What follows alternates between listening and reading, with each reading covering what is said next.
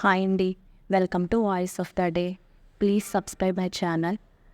సింధు ఆ finance బాధితుడికి phone చేస్తుంది. ఒక గంటలో డాక్టర్ని తీసుకొచ్చి మీకు అప్పచెప్తాను అని చెప్తుంది. సరే త్వరగా రా, ఆ డాక్టర్ని చూసిన తర్వాతే మీ పిల్లల్ని నీకు ఇస్తాను. ఇదే లాస్ట్ ఛాన్స్, చూసుకో, లేదంటే పిల్లలు నీకు జన్మలో కనిపించరు అంటాడు. దానికి సింధు షాకింగ్గా అలా ఉండిపోతుంది. లేదు, తప్పకుండా తీసుకొస్తాను అంటుంది సింధు. సరే అని ఫోన్ పెట్టేస్తాడు. సింధు ఫీల్ అవుతూ డాక్టర్ దగ్గరికి వస్తుంది. సింధు, పిల్లల కోసం నువ్వు పోలీసుల నుంచి తప్పించుకున్నావు. పిల్లల్ని ఎవరు కిడ్నాప్ చేశారు అని అడుగుతుంది డాక్టర్. ఆ ఫైనాన్షియల్ బాధితులే మా పిల్లల్ని కిడ్నాప్ చేశారండి అంటుంది. దానికి డాక్టర్ షాక్ అవుతుంది. అవునా, పిల్లల్ని కిడ్నాప్ చేసింది మా వాళ్ళ అని అంటుంది. అవునండి, మిమ్మల్ని అప్పచెప్తే కానీ పిల్లల్ని ఇవ్వను అంటున్నారు అని చెప్పి జరిగిందంతా వివరంగా డాక్టర్కి చెప్తుంది. అవునా సింధు, మరి ఇప్పుడు ఏం చేస్తావు? మమ్మల్ని వాళ్ళకి అప్పచెప్పేస్తావా పిల్లల కోసం? అసలే వాళ్ళు మా మీద చాలా కోపంతో ఉన్నారు, మమ్మల్ని చంపేస్తారు. మాకేదైనా జరిగితే సుధా అన్యాయం అయిపోతుంది, సుధా అనాథ అయిపోతుంది సింధు అని డాక్టర్ ఏడుస్తుంది. దానికి సింధు, బాధపడకండి, మీరు అనుకున్నట్టు నేనేమీ చేయను. అలా చేసేదాన్ని అయితే మీకోసం ఎప్పుడో చెప్పేదాన్ని కదా. మీరు బాధపడకండి, దయచేసి నాకు కూడా చెప్పకుండా మీరు ఎక్కడికి పారిపోవద్దు అంటుంది. సరే సింధు అంటుంది డాక్టర్. నేను పిల్లల దగ్గరికి వెళ్ళాలి ఇప్పుడు అంటుంది. ఎలా సింధు?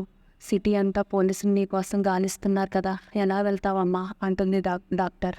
ఏదోలా వెళ్ళాలండి, అదే ఆలోచిస్తున్నాను అంటుంది. దూరంగా లంబాడీ డ్రెస్ ఒక తాడు మీద ఆరేసి ఉండడం చూస్తుంది. సరే అండి, నేను ఇప్పుడే వస్తాను, నేను వచ్చే వరకు మీరు ఎక్కడికి వెళ్ళొద్దు, ఇక్కడే ఉండండి అని డాక్టర్కి చెప్పి అక్కడికి ఆ బట్టలు వేసుకోవడానికి వెళ్తుంది సింధు.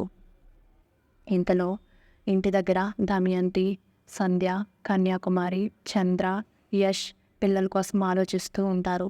దమయంతి అంటుంది, పిల్లలు ఎక్కడున్నారో, పిల్లల్ని ఎలా రక్షించుకోవాలో అర్థం కావట్లేదురా అసలు అంటుంది దమయంతి.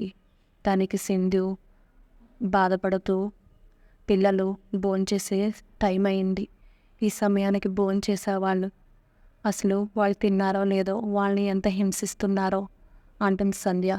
కన్యాకుమారి, సింధు వల్ల ఇదంతా జరిగింది, సింధు మీద కోపంతోనే పిల్లల్ని తీసుకెళ్ళిపోయారు, పిల్లల్ని ఎంత హింసిస్తున్నారో ఏంటో అంటుంది కన్యాకుమారి.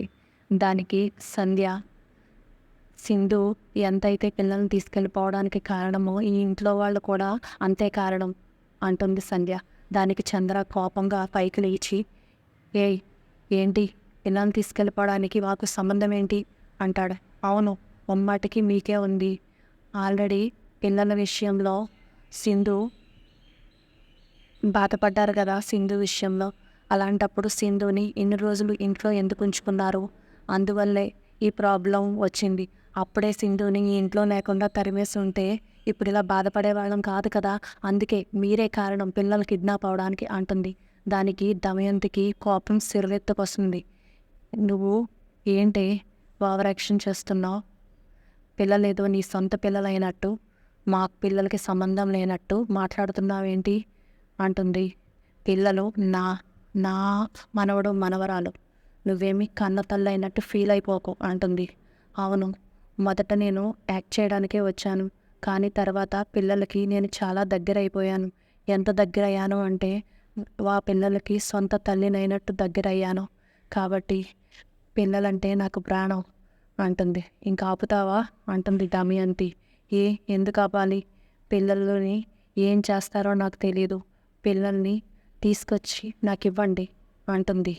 అప్పుడు దమయంతి, ఏంటే తెగ ఓవర్ యాక్షన్ చేస్తున్నావు, సొంత తల్లిలా ఫీల్ అయిపోకు, ఆ పిల్లలు నీ పిల్లలు కాదు అని గుర్తుపెట్టుకో అంటుంది దమయంతి.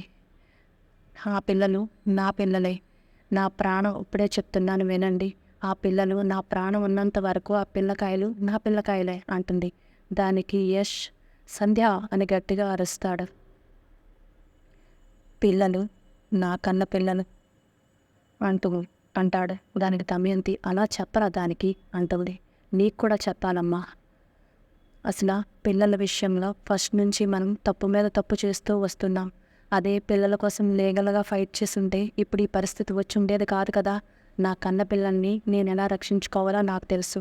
మీరు గొడవ పడి నాకు చిరాకు తెప్పించకండి అని చెప్పి కోపంగా బయటికి వెళ్ళిపోతాడు యష్. అప్పుడు సంధ్య ఏడుస్తూ ఉంటుంది. కన్యాకుమారి, యష్ అబ్బి పిల్లల్ని ఏదోలా తీసుకొస్తా అన్నాడు కదమ్మీ, నువ్వు ఏడో మాకు అంటుంది. అప్పుడు సంధ్య ఏడుస్తూ పైకి వెళ్ళిపోతుంది. కాసేపండి కన్యాకుమారి కూడా వెళ్ళిపోతుంది. అప్పుడు చంద్ర దమయంతితో, కర్మ ఎవరిని విడిచిపెట్టదు దాము, తప్పకుండా అనుభవించి తీరాలి అంటాడు. అప్పుడు దమయంతి కోపంగా చంద్ర వైపు చూస్తూ ఉంటుంది. లంబాడీ డ్రెస్ వేసుకొని లిఫ్ట్ కోసం వెయిట్ చేస్తూ ఉంటుంది సింధు. డాక్టర్ వాళ్ళని మోసం చేసి డబ్బు కొట్టేసిన వాడు వేరే గెటప్లో కారులో మనీ పెట్టుకొని, ఆ మనీ పైన అరటిపళ్ళు పేర్చేసి డిక్కీలో మనీ పెట్టుకొని కారులో వెళ్తూ ఉంటాడు. వాడికి వేరే వాడు కాల్ చేస్తాడు. అన్న, హవాలా కోసం ఏర్పాటు చేయమన్నావు కదా, అన్నీ అరేంజ్ చేస్తాను, నువ్వు డబ్బు తీసుకొని వస్తున్నావా అని అంటాడు. ఈ మారువేషంలో ఉన్నవాడు వస్తున్నాన్రా అంటాడు. నేను అన్న త్వరగా రా అన్న, మరి మాకు పార్టీ ఇవ్వా అన్న అని అడుగుతాడు. పార్టీ ఎందుకురా, మొన్న ఇచ్చాను కదా అంటాడు. లేదన్నా, నువ్వు వినిపోతున్నావు కదన్నా అంటాడు. అవును, టికెట్స్ అయ్యి అన్నీ అరేంజ్ చేసావా? నేను ఈ పని పూర్తయిన వెంటనే దేశం విడిచి వెళ్ళిపోతాను. సరేలే, పార్టీకి కూడా అరేంజ్ చేయి, ఒక మంచి అమ్మాయిని కూడా సెట్ చేయి, వస్తున్నాను త్వరగా అంటాడు. సరే అన్న అంటాడు. ఇంతలో సింధు వాడిని లిఫ్ట్ అడుగుతుంది. అప్పుడు వాడు, అబ్బా అమ్మాయి భలే ఉంది అని మనసులో అనుకొని లిఫ్ట్ ఇస్తాడు. లిఫ్ట్ ఇచ్చి అదోలా చూస్తూ ఉంటాడు. నీ పేరు ఏం పేరు అని అడుగుతాడు సింధుని. చాందిని అంటుంది. నీకులాగే నీ పేరు కూడా చాలా అందంగా ఉంది అంటాడు. నీకు పెళ్ళయిందా అని అడుగుతాడు. ఏమేం మాట్లాడదు సింధు. మౌనంగా ఉన్నావంటే అవ్వలేదన్నమాట. ఏంటి ఈ టైం ఎప్పుడు వెళ్తున్నావు, ఏదైనా బిజినెస్సా అని అడుగుతాడు. అదంతా నీకెందుకు అంటుంది. మరి అడగాలి కదా అంటాడు. ఊరవతల మా తాండా వాళ్ళు ఉన్నారు, వాళ్ళ దగ్గరికి వెళ్తున్నాను అంటుంది సింధు. ఇదేంటి ఏదో అలా చూస్తున్నాడు అని మనసులో అనుకుంటూ ఉంటుంది. అప్పుడు వీడు అనుకుంటారు, ఎలాగా దేశం వదిలి వెళ్ళిపోతున్నాను, ఇది ఒప్పుకుంటే ఒప్పుకుంటుంది, లేదంటే బలవంతంగా అయినా దీన్ని ఏదో ఒకటి చేయాలి, దేశం వదిలి వెళ్ళిపోతున్నాను కాబట్టి కేసు కూడా ఉండదు అని మనసులో అనుకుంటారు. ఫాస్ట్గా డ్రైవ్ చేసుకుంటూ వెళ్తాడు. ఇంతలో శాటిలైట్ ఫోన్కి సింధు అనే అమ్మాయి తప్పించుకుందంట, ఆ ఏరియాలోనే ఉందంట, మీరు అన్ని వెహికల్స్ చెక్ చేయండి అని పోలీసులకు ఇన్ఫర్మేషన్ వస్తుంది. సరే సార్ అని అంటారు. అప్పుడు ఈ కార్ని ఆపబోతారు. వీడు ఆపకుండా కారు పోనిస్తాడు. అప్పుడు పోలీసులు వీళ్ళ కార్ని ఫాలో అవుతూ ఉంటారు. సింధు వెనక్కి తిరిగి చూసి, పోలీసులు ఏంటి కార్ని ఫాలో అవుతున్నారు, నేను ఈ కార్లో వాళ్ళకి తెలిసిపోయిందా అనుకుంటుంది. అప్పుడు ఆ మారువేషంలో ఉన్నవాడు కూడా వెనక్కి తిరిగి, ఏంటి వీళ్ళు నన్ను ఫాలో అవుతున్నారు, నా గురించి వీళ్ళకి తెలిసిపోయిందా అని అనుకుని ఫాస్ట్గా వీళ్ళకి దొరకకూడదు అని డ్రైవ్ చేస్తూ వెళ్తాడు. అప్పుడు సింధు వాడిని గమనిస్తుంది. ఏంటి పోలీసుని చూసి వీడు భయపడుతున్నాడు అని అనుకుంటుంది. ఇంతలో పోలీసులు కార్ని క్యాచ్ చేస్తారు. ఏంటి ఆపకుండా వచ్చేస్తున్నావు అంటాడు. లేదు సార్, మా చెల్లికి బాగాలేదు, హాస్పిటల్కి వెళ్తున్నాను, అందుకే ఆపలేదు అంటాడు. సరే కార్ని చెక్ చేయండి అని కానిస్టేబుల్ని పంపిస్తారు. కానిస్టేబుల్ చెక్ చేస్తూ ఉంటారు. నీ లైసెన్స్ ఆర్సీ ఇవ్వమని ఈ ఎస్ఐ చెక్ చేస్తూ ఉంటాడు. ఈ అమ్మాయి ఎవరు అని అడుగుతాడు. చాందిని సార్ నా పేరు, మా తాండా వాళ్ళు ఊరి చివరి ఉన్నారు, అందుకే వెళ్తున్నాను అంటుంది సింధు. అవును సార్, నేనే లిఫ్ట్ ఇచ్చాను అంటాడు ఆ మారుమేషంలో ఉన్నవాడు. అప్పుడు కానిస్టేబుల్స్ ఆ డబ్బు బాక్స్ని చెక్ చేస్తారు. ఆ పైన అరటిపళ్ళే చూసి, సార్ ఏమీ లేవు సార్, అరటిపళ్ళే ఉన్నాయి సార్ అంటారు. అవునా, సరే అయితే అని లైసెన్స్ అది వాడికి ఇచ్చేస్తారు. వాళ్ళు వెళ్తూ ఉంటారు.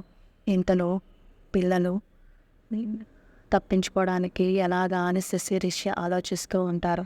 అప్పుడు వాడు కాపలాగా ఉన్న అతను పడుకుని అవుతాడు. ఫోన్ ఛార్జ్ పెట్టుంటుంది. అప్పుడు రిషి శశి నెమ్మదిగా ఫోన్ దగ్గరికి వెళ్ళి, రిషి సింధు అమ్మకి ఫోన్ చేద్దామా అని అంటాడు.